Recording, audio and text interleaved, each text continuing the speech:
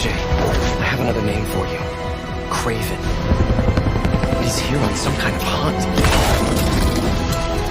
You know, if you need me, I'm just a call away. What the hell's going on with Pete? He's not himself. This was our dream.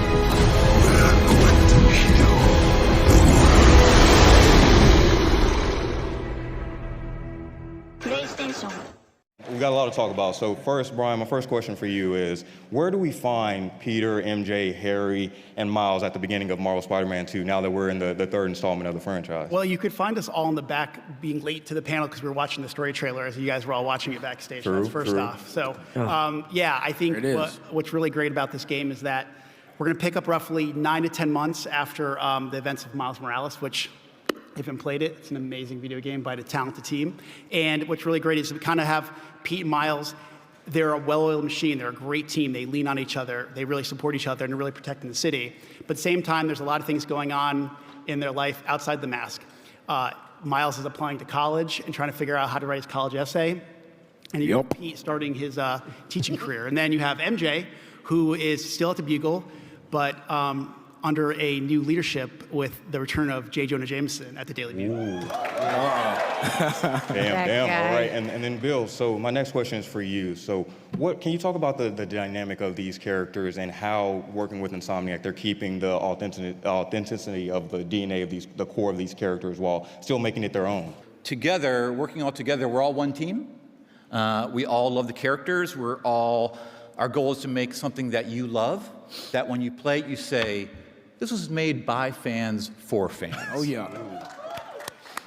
And John, my next question is for you. With the new villains that we've seen in this game, confirmed villains with Craven, Venom, and Lizard, can you talk narratively why you felt those choices for those villains were important? For us, it really started with Craven. He's our catalyst for the story, right? Like before the game starts, he's halfway around the world being Craven, hunting, trying to find the ultimate prey. And he watched from afar as the events of the first two games occurred. And he decided, you know what? There's a lot of stuff going on in New York City. That might be my new hunting ground. So, like I said, Craven's a catalyst for everything happening. When he comes to New York City, a lot of things start going wrong. We have Lizard coming out. We have the symbiote coming out.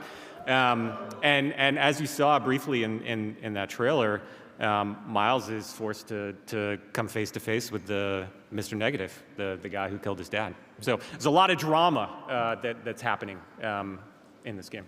Absolutely. And Jacinda, my next question for you. So I think one of the things fans really appreciate about both of the games is just the environment, just the lived-in cities, that it feels like a character in its own. So can you talk about how you elevated that with this new game, especially with the PS5 technology and the new locations that we'll see, like with Coney Island and Queens and stuff like that? Totally, yeah. We're super excited to finally be able to bring Brooklyn and Queens to our fans. Obviously, Miles is from Brooklyn. Peter is from Queens. Not only does it increase the gameplay space, so there's a lot more places for you to swing to, but it also has some really cool, obviously Marvel landmarks, as well as New York landmarks. For example, I know in Queens, everybody has wanted to visit Aunt May's house and perhaps see where Peter lives. I know a lot of fans had wanted to interact with that space, so just being able to walk in and see where he lives is incredible. Oh, and there's a picture of Aunt May's house. The other thing that's really cool is it's introducing a lot of cool landmarks like the East River. So as you could see in our gameplay trailer that we produced a while back, you can now chase the lizards on the East River, which is awesome. And personally, for me, I just love seeing the Brooklyn Bridge, the Williamsburg Bridge, and being able to just swing across the water. It's an incredible experience. And Ryan, my next question for you, just following up with the new locations, can you talk about how the new traversal techniques that we are implementing in this game affected your approach to this and how you elevated it? Sure. I mean, one of the interesting things with Brooklyn and Queens is you're not always surrounded by skyscrapers anymore. And so we thought, what's a really great opportunity? Something we've seen on comic book covers, we've seen it in the movies, we can add the web wings. And that's really changed how we look at traversal. Swinging is always our Spider-Man core. That's where we come from. But what we did is design the web wings so that we could integrate them and weave them in with swinging. You gain height and you build speed between swinging and the web wings, and you go back and forth and really kind of weave your way through the city. It's really fun. In Brooklyn and Queens, there are some lower spaces, there are some new spaces, but you have to get between Manhattan and the other boroughs by crossing the river. So that's another opportunity where we could really, well, we added these things called jet streams or wind tunnels. You really build speed there, and they just shoot you right along when you're on the web wings. It's really fun, and it's one of the chances for us to really push the power of the PS5 there and like hit a level of speed that we hadn't had in the previous game. It's really added a new dimension to what we can do with traversal. We see Mr. Negative in this trailer. So can you just briefly talk a little bit about how he's still coping with the effects of his game and dealing with the loss of his father?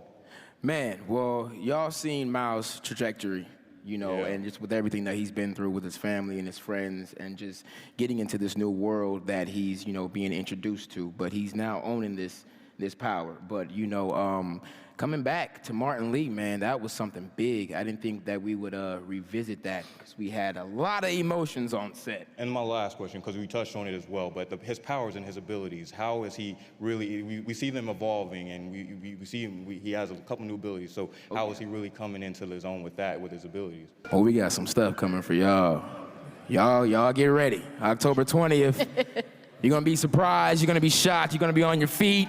You're gonna be screaming, you're gonna be crying, you're gonna be laughing. So y'all get ready, man. We got some powerful stuff coming for y'all. I apologize to employers everywhere because I hear a lot of people going, I've already booked, time off from work, from October 20th for like 3 days. I'm like, right. We have MJ in the house. So can you talk about what are her ambitions in this game and how her storyline has evolved from when we last saw her? Yeah, I think she's coming to her own a lot more. I think she's understanding who she is as a reporter and as a writer a lot more. She spent a lot of time away from Peter in Symkaria. And am I allowed to say this? She's writing. There's a reason why we wanted Yuri, Laura, and Najiel here, because they are a team. They are, they complement each other really well, not just what's going on in the superhero world, but what's happening in their lives. And I think that's why, even when we're shooting our scenes, we're all kind of working together as a team, figuring out how do we put this game together. And I know we couldn't be working with better people. Like, I love these people. They're awesome. So I love you too, man. I love you more, bro. They're the best. Come on, man. There's somebody else that we can't forget about on this panel. That is the Venom of the Venom. Tony Todd, it's truly an honor to have you on this panel right now. Let's and all of a sudden, I get a call from Insomniac to test drive Venom. And I got to say, it's been the most exciting voiceover journey that I've had to date. Yeah. Brian, can you just talk about the casting of this? I know is there a story or something along how this happened? Oh yeah. So I remember we cast a lot of the characters pretty quickly. Like, obviously we had Miles, Peter, MJ, and then early we actually, like right before COVID, I think we cast Kraven, and I knew I was putting off Venom. I was just putting it off. I was like, I know there's already there's gonna be so many opinions, and I know I was scared to death. And I remember Patrick, our dialogue lead, was asking me, like, well, what are you looking for? And I said, I don't know. And then I remember I just happened to be on the internet one day, and I was listening to one of I think it was the Candyman, the new Candyman trailer, and I heard Tony, and I was like, hey, if we could get like a Tony Todd, that would be the one. And then a couple weeks go by, I don't think anything about it. And Patrick messages me and goes, you're not gonna believe this. Tony Todd's interested. And I remember he sent a real quick tape in, and it was like, sorry, Tony, it was really bad, like audio quality, but it took like 3 lines, and I was like, that's it. Just, please hire him. Please, whatever he wants, give it to him. And I think you all know, based on what you heard, it's he's incredible. We have a wonderful, there's 4 of us here from Insomniac, but we have so many Insomniacs who are putting so much work into this game. And I just want to say, if they're somehow listening to this, somehow, thank you for all the work that you guys are putting into it right now. It's incredible. The work they're doing to finish this up is just, I call Insomniac my second family because we just put so much into this. And you can imagine when you're in your family, everybody has opinions, right? Yep. And I think it's probably the only decision I've ever made being a creative director in 10 years where I just said, Tony Todd is going to be Venom, and everybody said yes. So, Can you just talk a little bit about Venom's motivations and his personality in this, and why is he so important to the narrative of this game? Well, yeah, I mean, Venom is a symbiote, right? And I think the thing that a lot of symbiote stories have in common, and the reason why I think we connect with them really well, is that it's a simple human story. We all have a darkness inside of us.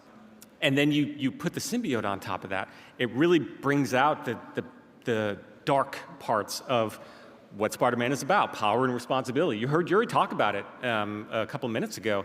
And what happens in the story is that sense of responsibility starts to go away. It's really interesting when you bring the symbiote into these relationships, how it really challenges them, not just externally, because there's cool powers. Ryan was talking about having that control in your hand. Oh my God, it's amazing. But the people you love around you. Tony, I'm coming back to you. Can you talk about your approach to bringing the voice of it to life and how you approached it? For me, Venom was fun to do, and I wanted to make sure that there was a joyous quality in his destruction. I'm glad it was fun for you because it scared the hell out of us. Always fun to me. Yeah, it'd be funny when we were in the recording booth because we would record separately when we were doing gameplay dialogue, and every once in a while, Tony, you would come and play in our headphones before a line, and it was like, oh God.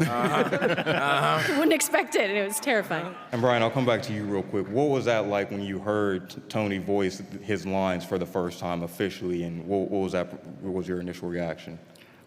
Well, first relief, because I was like, okay, we made the right choice for sure. And I think then just general excitement. And I think Tony is so talented that sometimes depending on, we have so many different characters or so many different actors, sometimes we're, depending on what the role calls for, are we going to, adjust the way that they do the line, and you just let Tony be Tony and you get magic. It was like a gift come true to be able to cement myself in the whole voiceover family and world and meet new friends and conquests, and I'm still pinching myself because I'm a gamer, and I'm telling you, I can't wait for this monumental masterpiece to drop.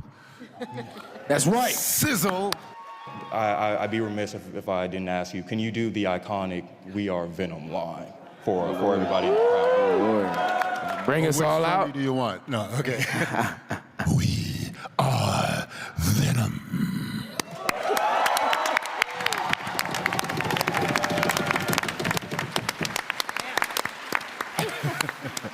All right, well, I think we got some special surprises coming up for you guys. I think the next thing we want to talk about is the collector's edition statue that we have here on this table right here. I think it really represents what this game is about. I've said in previous interviews, I've talked about, it's called Spider-Man 2 for a reason, because we have 2 iconic characters in this great piece of art, but also it's going to take 2 Spider-Men to take on something so powerful, something that they've never been able, there's nothing come their way. I mean, if you look at, whether it's Doc Ock in the first game and then Tinker in Miles Morales, like Venom is literally a whole different beast. Brian, why are you putting on gloves right now? Like that's. Oh, these? Yeah. What is that for? Well, Dorian, I think we should play the video first. I think we should play the video. Let's go ahead and play that video real quick.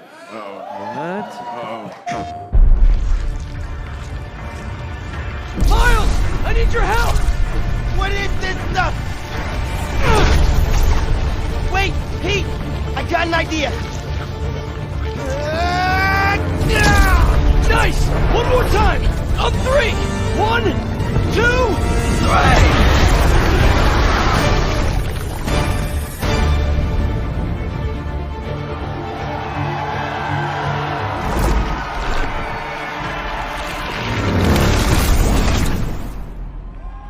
One! Congrats! Yeah.